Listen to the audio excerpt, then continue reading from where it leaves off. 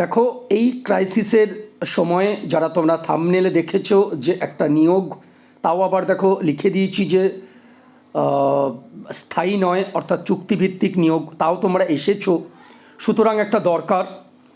তো যারা তোমরা পড়াশুনো করছো এই হার্ড টাইম, কোনো রকম পার্মানেন্ট নিয়োগ নেই, এসএলএসটির অবস্থা দেখেছো, বাদবাকি ওবিসির জন্যে টোটাল একটা মানে স্টেলমেট কন্ডিশন। তো হয়তো তোমরা এসেছো ভাবছো যে এটার জন্যেও স্যার দিচ্ছেন।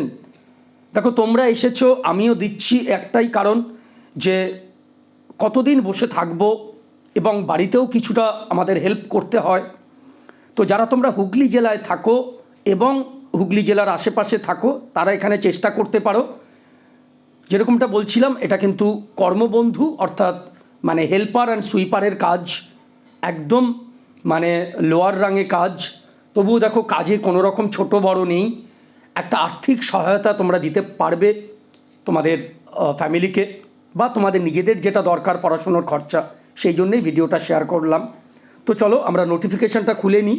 দেখো রিক্রুটমেন্ট নোটিফিকেশান 1/2025, অর্থাৎ এই বছরে আর কোনো কিন্তু এই হুগলি জেলার যে আমাদের কোর্ট, সেখানে কিন্তু ডিস্ট্রিক্ট জাজের কোর্টে কিন্তু কোনো নোটিফিকেশান ছাড়া হয়নি। এখানে দেখো নেম অফ দ্য পোস্ট কর্মবন্ধু, তোমরা দেখতেই পাচ্ছ দুখানা পোস্ট আছে। Contractual nature of the selection walk in interview, অর্থাৎ কোনো রকম লিখিত পরীক্ষা হবে না। 17ই জানুয়ারি তোমাদের ইন্টারভিউ হবে সকাল 11টায় ডিস্ট্রিক্ট জাজ কোর্ট হুগলিতে। তোমাদের একটা আবেদনপত্রের একটা ফরম্যাট আছে, অ্যাপ্লিকেশান ফরম্যাট আমি দেখাবো এবং আমি আমাদের টেলিগ্রাম চ্যানেলেও দিয়ে দিচ্ছি। তো সেই অনুযায়ী তোমরা ফিল আপ করে একটা ছবি আটকে নিয়ে যাবে, একটা এক্সট্রা ছবি রাখবে, তোমাদের পরিচয়পত্র রাখবে অর্থাৎ আধার কার্ড বা ড্রাইভিং লাইসেন্স যেটাই থাকলো।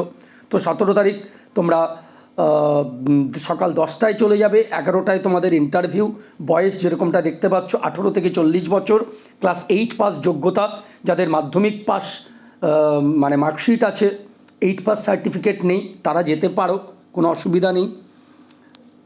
কী কী নিয়ে যেতে হবে দেখো, তোমাদের পাসপোর্ট সাইজ ফটোগ্রাফ নিয়ে যেতে হবে বলে দিয়েছিলাম, এবং attested copy of the document. এখানে সেলফ অ্যাটেস্টেড বলা নেই, সেই জন্যে কোনো হেডমাস্টার বা কোনো গেজেটেড অফিসারকে দিয়ে তোমরা এটাকে অ্যাটেস্টেড করে নেবে। তোমাদের যেগুলো আইডেন্টিটি প্রুফ আছে বা যেটা তোমাদের ক্রেডেনশিয়াল অর্থাৎ তোমাদের সার্টিফিকেট, মাধ্যমিকের বা 8 পাসের সার্টিফিকেট, এটা তোমরা নিয়ে যাবে।